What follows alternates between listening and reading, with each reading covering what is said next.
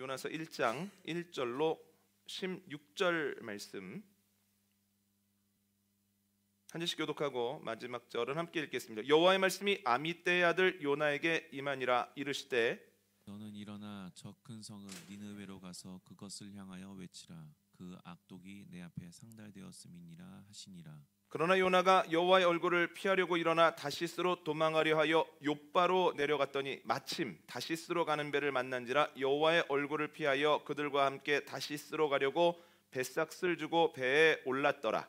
여호와께서 큰 바람을 바다 위에 내리심에 바다 가운데 큰 폭풍이 일어나 배가 거의 깨지게 된지라. 사공들이 두려워하여 각각 자기의 신을 부르고 또 배를 가볍게 하려고 그 가운데 물건들을 바다에 던지니라. 그러나 요나는 배 밑층에 내려가서 누워 깊이 잠이 든지라. 선장이 그에게 가서 이르되 자는 자여 어찌함이냐. 일어나서 네 하나님께 구하라. 혹시 하나님이 우리를 생각하사 망하지 아니하게 하시리라 하니라.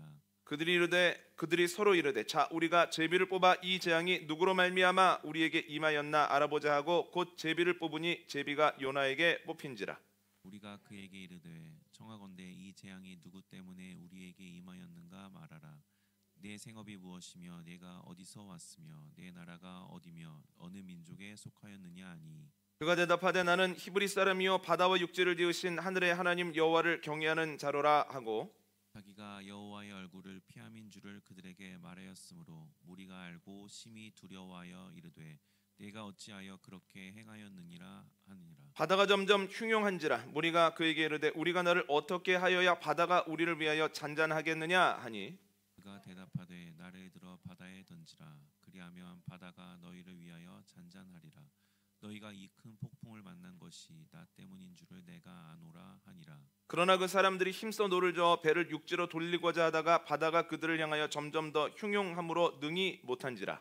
우리가 여호와께 부르짖어 이르되 여호와여 구하고 구하오니 이 사람의 생명 때문에 우리를 멸망시키지 마옵소서. 무죄한 죄를 돌리지 마옵소서. 주 여호와께서는 주의 뜻대로 행하심이니이다 하고 요나를 들어 바다에 던짐에 바다가 뛰노는 것이 곧 그친지라. 그 사람들이 여호와를 크게 두려워하여 여호와께 제물을 드리고 소원을 하였더라. 아멘. 주일 오후 예배 때 말씀드렸던 것처럼 신앙생활을 하는 이에게 매우 안타까운 일은 신앙생활을 잘 하다가 완주하지 못하고 중도 포기하는 겁니다. 어느 시점까지는 하나님 바라보며 살다가 어느 시점 이후부터는 주님을 등지고 사는 겁니다.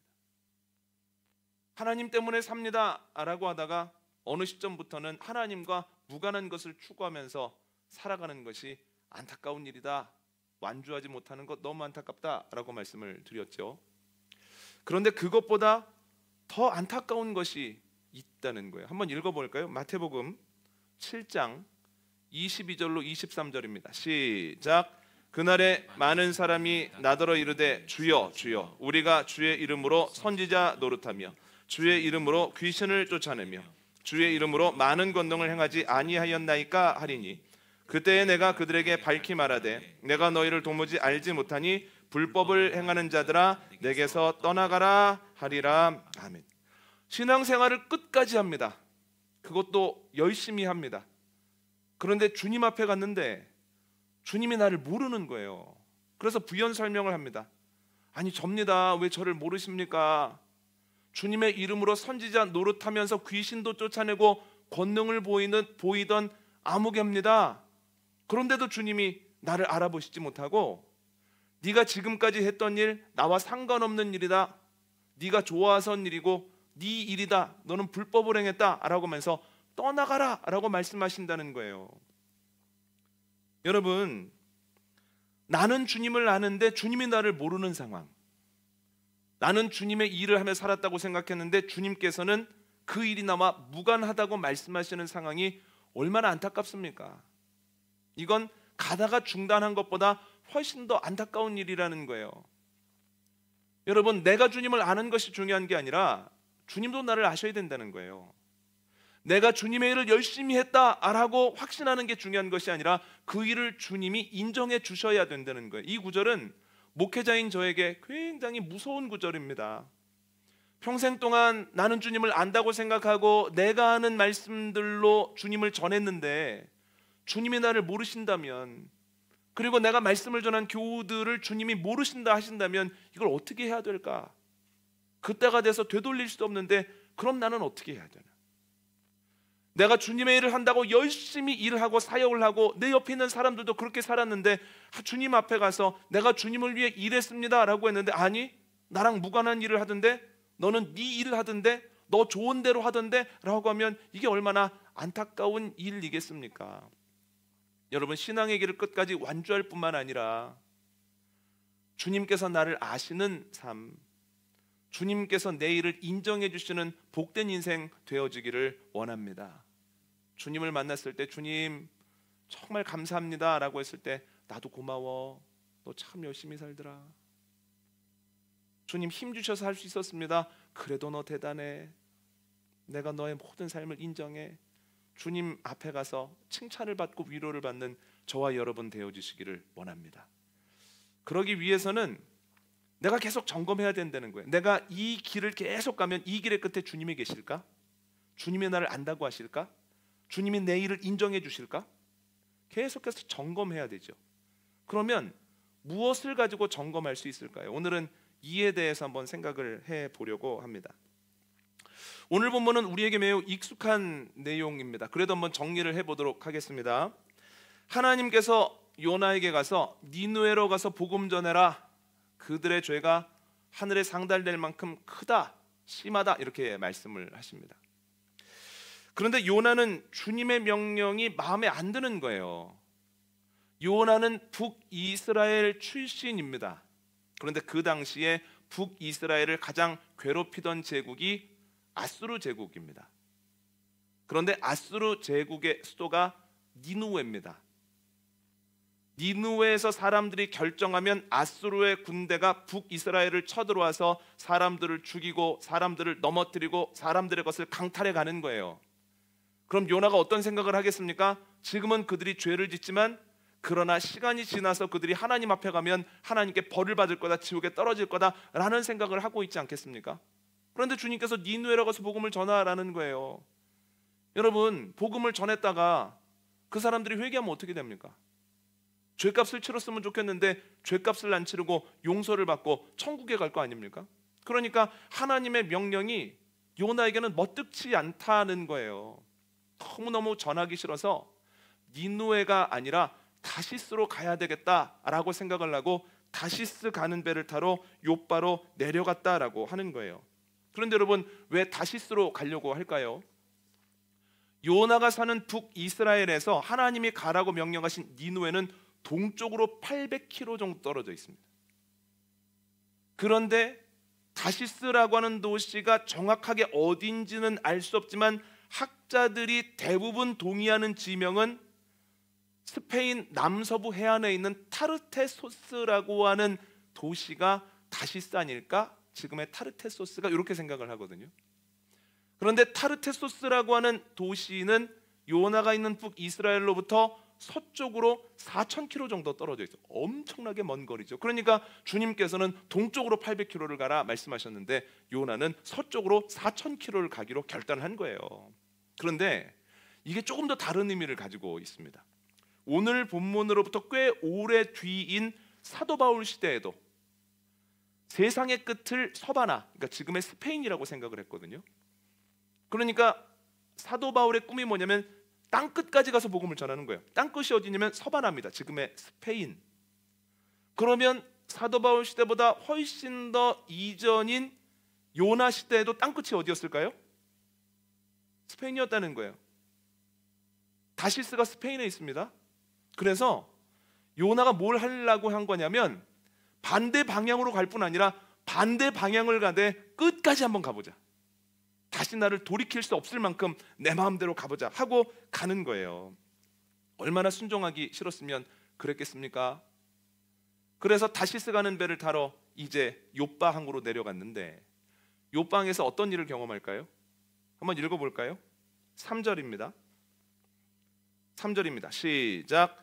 그러나 요나가 여호와의 얼굴을 피하려고 일어나 다시스로 도망하려 하여 욥바로 내려갔더니 마침 다시스로 가는 배를 만난지라. 여호와의 얼굴을 피하여 그들과 함께 다시스로 가려고 배삭스를 주고 배에 올랐더라. 아멘. 예전에 뉴스를 보니까요, 연휴가 되면 제주도를 찾는 사람들이 얼마나 많은지 하루에 470편의 비행기가 뜨고 내린다는 거예요.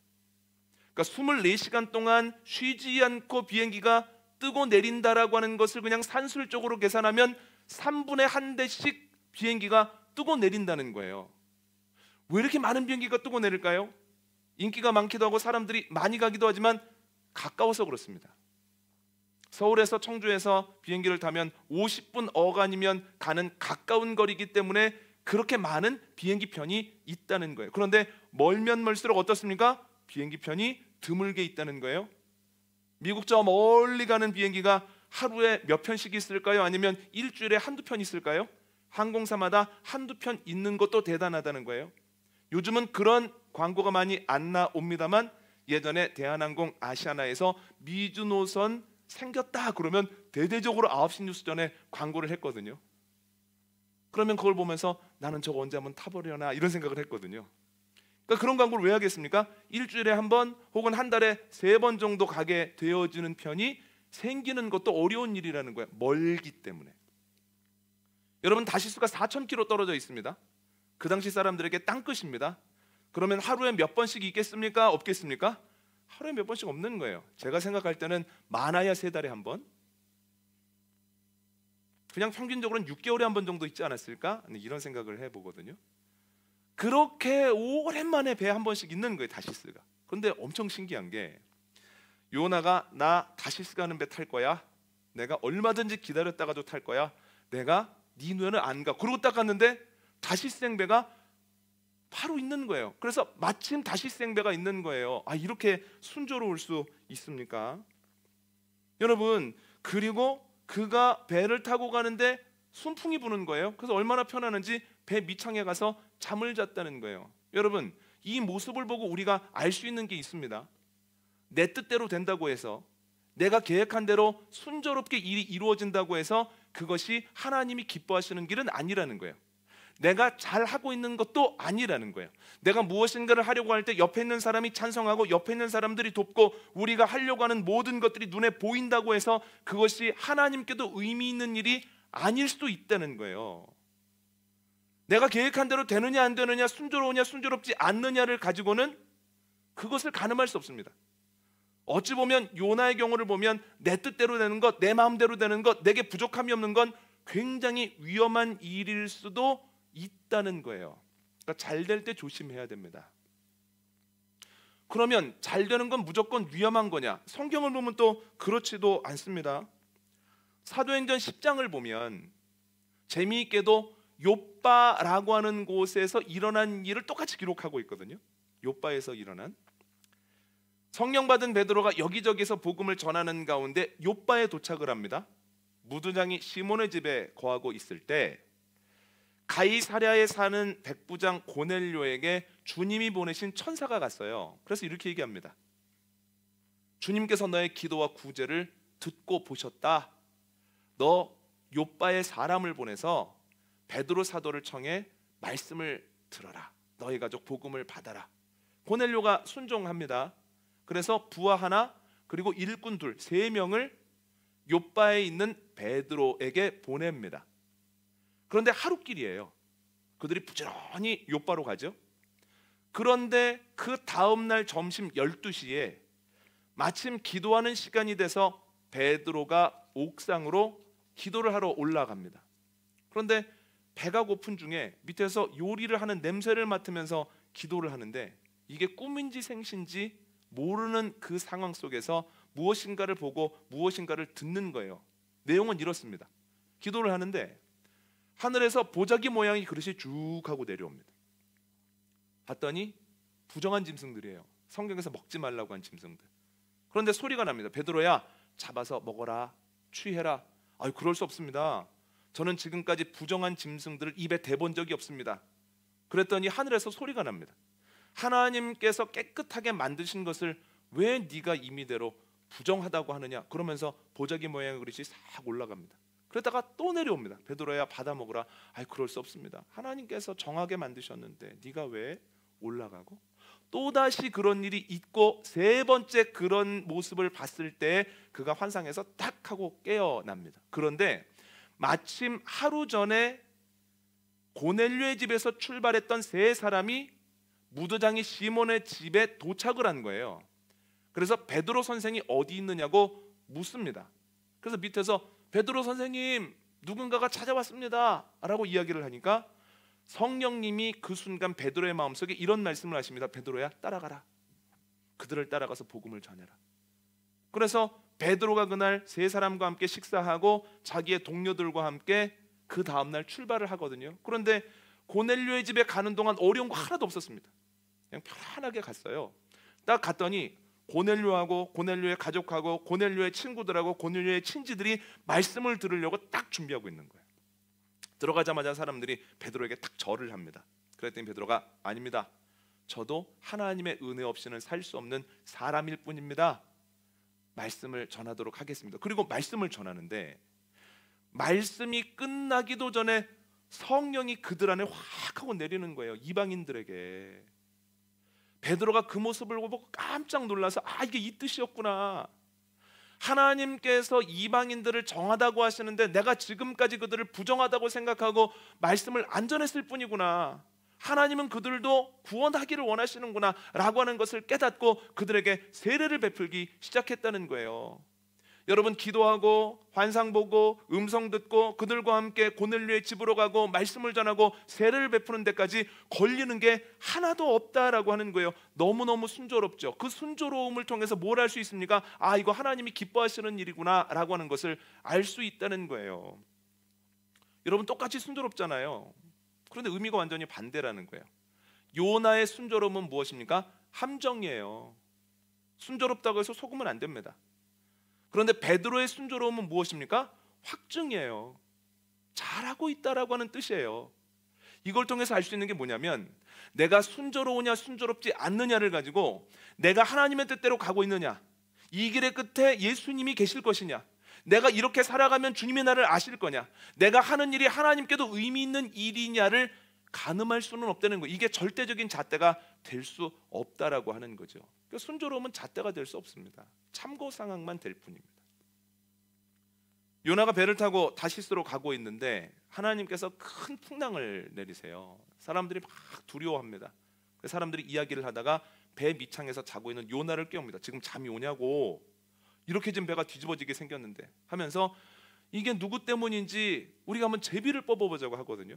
제비를 뽑았는데 누가 뽑았을까요? 요나가 뽑습니다. 요나가 제비를 뽑으니까 사람들이 당신 어디서 왔냐고, 누구를 섬기냐고. 그래 나는 히브리 사람이고 하나님 섬긴다고. 혹시 당신이 섬기는 하나님에게 잘못한 거 있냐고. 내가 하나님의 명령과 반대 방향으로 가고 있다고. 나를 바다에 던지면 바다가 잔잔해질 거다, 이렇게 얘기를 합니다. 그러니까 사람들이 막 그를 비난하는 거예요. 왜 말씀 반대로 가? 왜 하나님과 반대로 가가지고 우리 다 이렇게 고생하느냐고, 다 죽게 생겼다고. 그런데 차마 던지지는 못하는 거예요. 차마 던지지는 못합니다. 그렇잖아요. 사람이 어떻게 던집니까? 그래서 던지지는 못하고 어떻게든 극복을 해보려고 하는데 인자는 배가 깨지기 직전이에요. 그래서 어쩔 수 없이 요나한테 미안하다고 그러면서 요나를 탁 하고 던지거든요. 여러분 어떻게 됐을까요? 어떻게 됐습니까? 살았습니까? 16절까지만 읽었는데도 어떻게 아십니까? 살았다는 내용이 17절에 나오거든요. 1장 17절에. 저희는 내용을 다 알죠. 그러니까 이게 심각하게 생각이 안 되는 겁니다. 그런데 16절까지만 처음 읽었다고 생각을 하면 요나가 던져진다라고 하는 건 죽는다는 거예요. 그러니까 사람들이 요나를 왜 함부로 못 던졌냐면 이건 죽인다는 거예요. 요나도 던져지면서 아, 난 여기서 끝났구나라는 거거든요. 그러니까 던져지는 순간에 어떤 생각을 했습니까?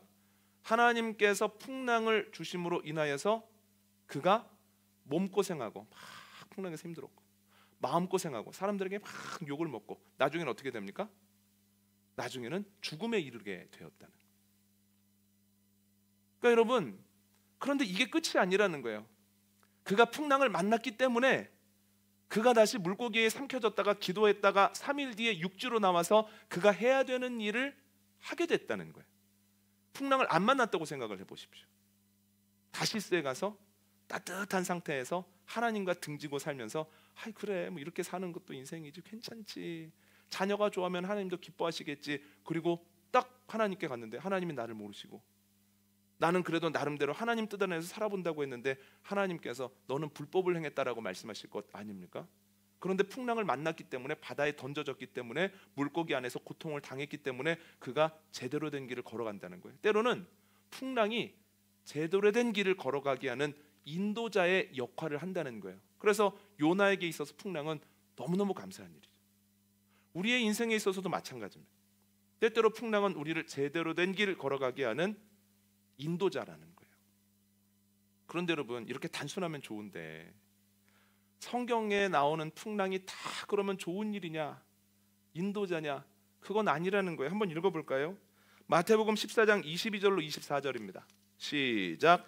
예수께서 즉시 제자들을 재촉하사 자기가 무리를 보내는 동안에 배를 타고 앞서 건너편으로 가게 하시고 무리를 보내신 이후에 기도하러 따로 산에 올라가시니라. 저물매 거기 혼자 계시더니 배가 이미 육지에서 술이나 떠나서 바람이 거스름으로 물결로 말미암아 고난을 당하더라. 아멘. 물고기 2마리와 보리떡 5개를 가지고 5,000명을 먹이시고 12광주리를 남기시거든요. 사람들이 막 예수님 칭찬합니다. 그러니까 제자들이 거기에 머물고 싶어요. 그런데 예수님께서 그 제자들에게 여기에 머물지 말고 바다 건너편으로 가라고 하시면서 막 그들을 미십니다. 그리고 예수님이 남으셔서 무리들을 흩으세요. 그리고 예수님이 한적한 곳에 가서 기도하시거든요. 그런데 예수님의 명령에 따라서 바다 건너편으로 가다가 역풍을 만나서 그들이 밤 사경까지 죽을 고생을 했다는 거예요. 여러분, 그들이 가겠다고 했습니까? 예수님이 가라고 했습니까? 예수님이 가라고 하셨잖아요. 그들은 머물고자 하였으나, 그러면 순풍을 만나야 되는 거 아닙니까?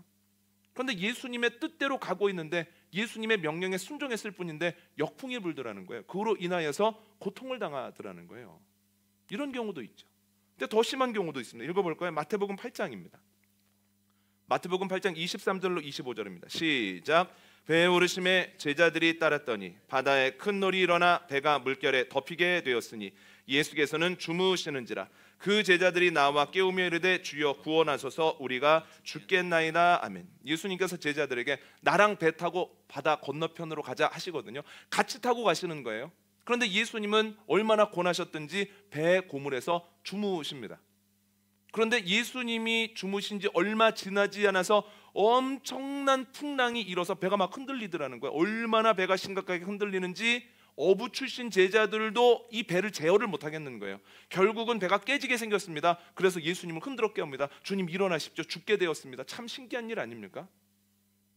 예수님과 동행하고 있습니까? 동행하지 않고 있습니까? 예수님과 동행하고 있다는 거예요. 누가 가자고 했습니까? 예수님이 가자고 했다는 거예요. 예수님이 가자고 하셔서 예수님과 동행하는 길인데도 큰 풍랑을 만나서 어려움을 겪게 되었다는 거예요. 여러분, 풍랑뿐입니까? 사도 바울의 삶은 주님을 빛으로 만난 이후에는 주님을 위한 삶이라고밖에는 얘기할 수 없는 모습이었다는 거예요.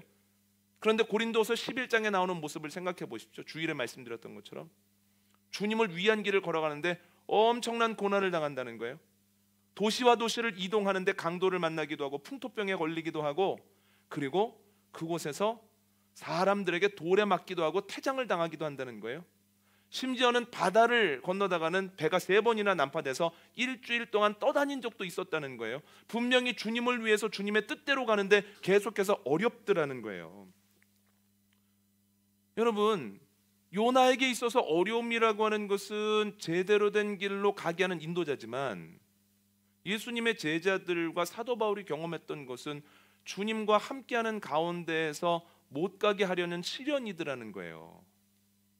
그러니까 요나의 경우에는 극복하는 것이 아니라 그렇구나, 내가 이 길을 가면 안 되겠구나, 되돌이켜야 되는 거고, 제자들과 사도 바울의 경우에는 주님과 함께 이겨내야 되는 거라는 거예요. 그러니까 정리하자면 순조로운 것은 때로는 하나님의 뜻대로 잘 가고 있다는 확증이기도 하지만 때로는 하나님의 뜻대로 잘 안 가고 있어도 순조로울 수 있다는 거예요. 또한 고난의 경우에도 마찬가지입니다. 어떤 경우에는 제대로 된 길로 다시 인도하는 인도자이기도 하지만 때로는 주님의 뜻 안에서 나아가고 있음에도 불구하고 우리에게 보는 역풍일 수도 있다는 거예요. 그래서 정리하자면 순조로움이나 어려움을 가지고는 내가 잘 살아가고 있는가? 이 길의 끝에 주님이 계실 건가? 이렇게 살면 주님께서 나를 아실 건가? 내가 지금 하고 있는 일은 하나님께도 의미 있는 일인가를 알 수 없다는 거예요. 이건 잣대가 될 수 없습니다. 그런데 우리가 여기에 빠지거든요. 어려우면 이거 주님의 뜻이 아닌가? 순조로우면 그래 내가 지금 주님 안에서 잘하고 있으니 주님께서 나를 순조롭게 하시겠지? 이렇게 하다 보면 천국 가겠지? 나는 지금 주님이 기뻐하시는 열매를 맺고 있겠지? 그럴 수도 있지만 그렇지 않을 수도 있다는 겁니다. 그러면 좋은데 그렇지 않으면 어떨 겁니까? 주님 앞에 섰는데 주님이 나를 모르신다. 네가 열심히 했던 모든 일이 나와는 상관없는 일이었다라고 그날에 말씀하시면 얼마나 당황스럽겠습니까? 물릴 수도 없는데요, 바꿀 수도 없는데. 그래서 우리에게 필요한 것이 뭐냐면 정확한 잣대라는 거예요. 내가 제대로 된 길을 걸어가고 있는가? 이 길 끝에 주님이 계시는가? 내가 주님 아는 삶을, 주님이 나를 아는 삶을 살아가는가? 주님이 나를 인정하시는가? 이걸 가늠해 볼 수 있는 정확한 잣대 한번 읽어볼까요? 시편 119편입니다. 시편 119편 105절 함께 읽습니다. 시작. 주님의 말씀은 내 발의 등이요 내 길의 빛이니이다. 아멘. 뭐라고 얘기하고 있습니까? 주님의 말씀은 내 발의 등이요 내 길의 빛이라는 거예요. 내가 제대로 된 길을 걸어가고 있는지 아닌지를 뭐를 통해서 알 수 있습니까? 말씀을 통해서 알 수 있다는 거예요. 이 길의 끝에 주님이 계신지 계시지 않는지를 무엇을 통해서 가늠해 볼 수 있습니까? 말씀을 통해서 알 수 있다는 거예요. 내가 하고 있는 일이 주님의 영광을 위한 일인지 내 나라를 위한 일인지를 어떻게 판단할 수 있습니까? 말씀에 비춰보면 알 수 있다는 거예요. 그래서 우리가 해야 되는 것이 뭐냐면 말씀을 가지고 내가 가는 길, 말씀을 가지고 내가 하는 이 일을 계속해서 점검해 보는 겁니다. 똑같은 일을 해도 어느 순간부터 내 일이 되기가 쉽고 어느 순간부터 내 영광을 향하기가 쉽고 어느 순간부터 내가 주인의 자리에 앉기 쉽거든요. 그러니까 말씀을 가지고 매일 새벽마다 매일 기회가 있을 때마다 점검하는 겁니다.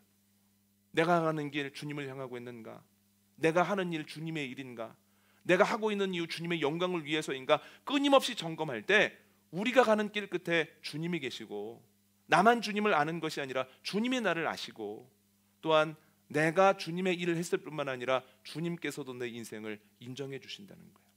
여러분 말씀을 가지고 끊임없이 점검하고 나를 비추어 볼 때 주님이 기뻐하시는 길, 주님이 기다리시는 길, 주님이 인정해 주시는 길을 걸어가고 살아가는 저와 여러분 되어주시기를 원합니다. 특별히 어려울 때에는 말씀에 비추어 괜찮다 하시면 힘있게 나아가는 거고, 순조로울 때에도 말씀과 내 삶이 맞지 않는다고 느끼면 주님 안에서 회개하고 되돌이키는 삶을 살아가는 저와 여러분 되어주시기를 원합니다.